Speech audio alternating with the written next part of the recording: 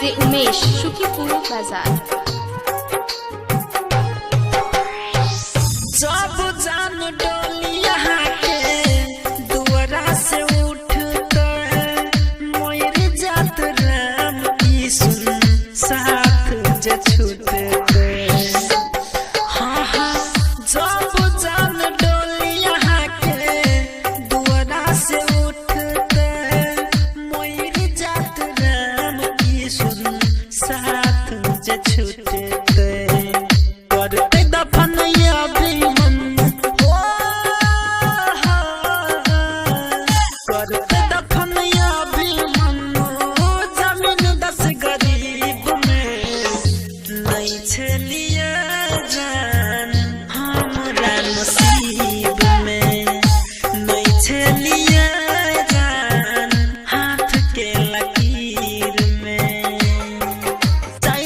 ससुराल तजा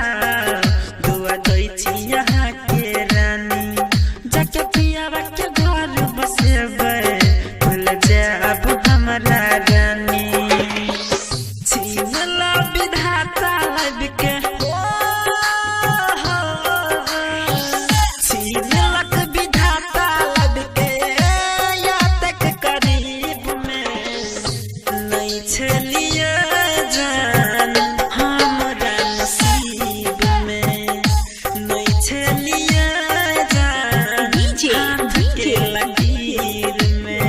MR Production।